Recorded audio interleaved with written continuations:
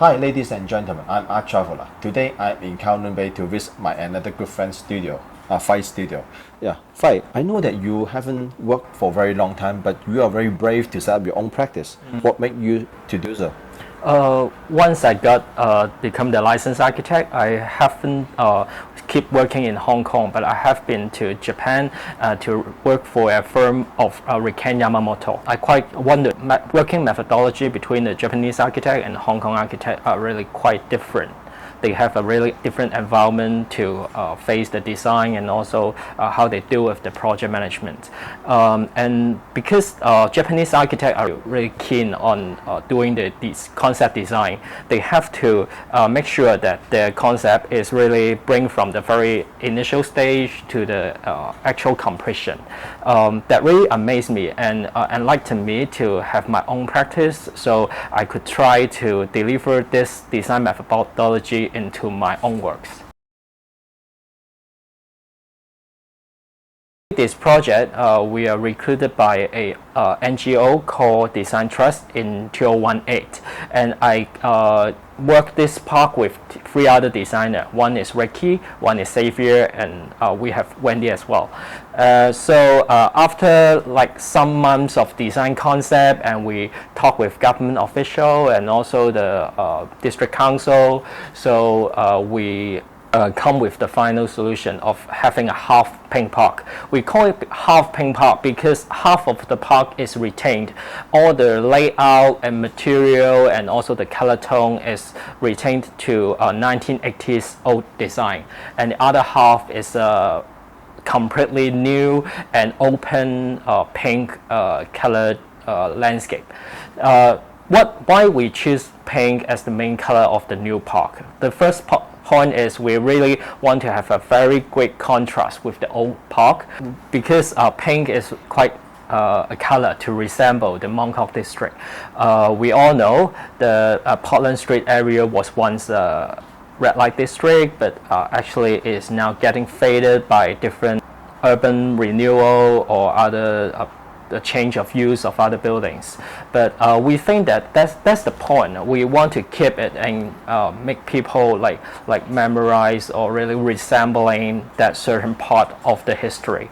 And we make it half because we want to make a great contrast between two parks, and also when the old user, they can come to the park, they can try different feeling and see which part is really fitting them. They like the old park or they really enjoy the new park. So when this park is recently completed, we see most of the people is really like our pink side, but some old neighborhood are really enjoying the old park.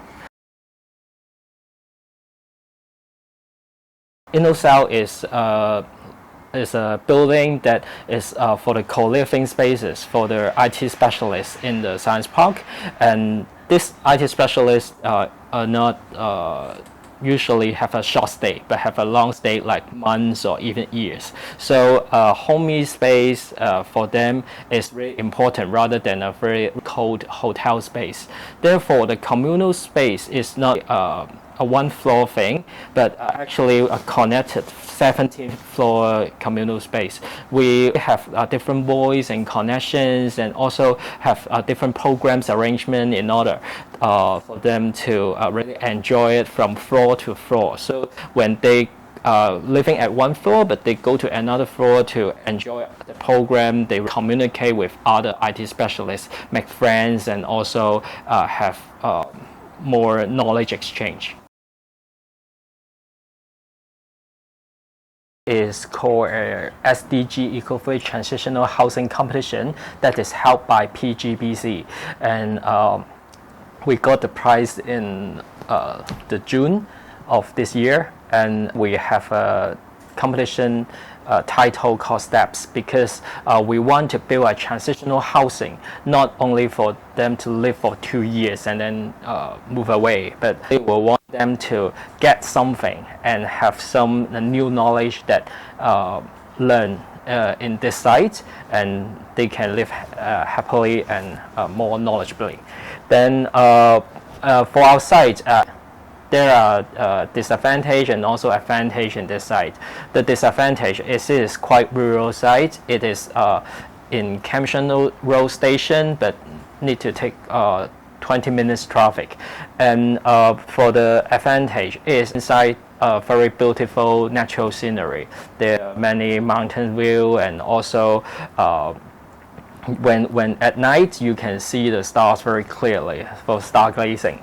So we have developed a 15 minutes living circle that people can take bicycle to nearby programs like the natural scenery and also market and nearby restaurant, so they can have a more close relationship with their neighborhood, and also they know where they live more.